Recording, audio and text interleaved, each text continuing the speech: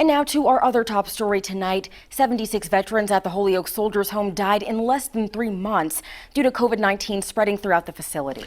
22 News I-Team reporter Mike Mascadrelli looked into the annual inspections that were done at the home prior to the outbreak and reveals the major issues that they exposed. Yeah, well, Don, we read through inspection reports as far back as 2010. According to the state, the facility consistently met most of the safety standards in each inspection, but there were some issues that were put off, which made it easy for COVID-19 to spread.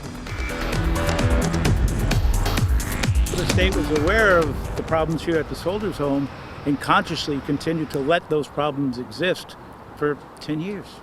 You know, it's criminal. One of the deadliest coronavirus outbreaks in the country was at the Holyoke Soldiers Home. Attorney General Maura Healey and Mark Pearlstein both pointed out in their investigations that cramming too many veterans in rooms significantly contributed to the spread of the virus. But this was nothing new. The 22 News I-Team obtained VA inspection reports from the home that were conducted at the beginning of each year since 2014. We discovered that the most notable reoccurring issues involved veterans' bedrooms. You're saying these inspection reports show that the state knew of the problems here at the home and simply put them off. There's no doubt in my mind. Paul Barabani was the superintendent of the facility between 2011 and 2016. He showed us an inspection report from 2010 that he says first pointed out the issue with the size of the rooms and the limited space between beds. It led Barabani to call on the state to redesign the home to correct this issue.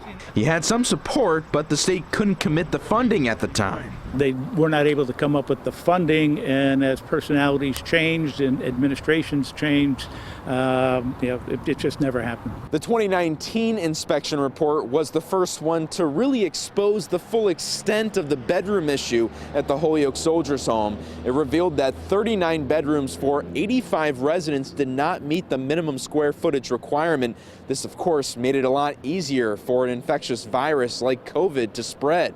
The report, however, said the residents' rooms provisionally met the safety standard even though they did not meet the square footage requirement. But when it came to the spacing between beds, that did not meet the standard. According to the state, following each VA inspection, if a facility does not meet a standard, the Soldiers Home is required to develop and submit a plan of correction.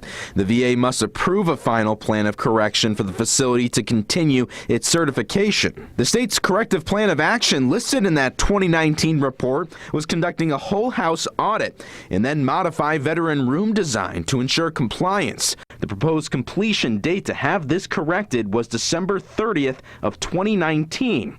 However, 1 year later, the 2020 inspection showed that those 39 rooms still didn't meet the square footage requirement. Well, the state did follow through on their improvement project that they set out to do after the 2020 inspection. They are in phase 2 of the 3-phase project to refresh all of the nursing care units and get more space into the rooms. They say it will be completed in early 2021. I'm Mike Mascadrelli, working for you with the 22 News I-Team.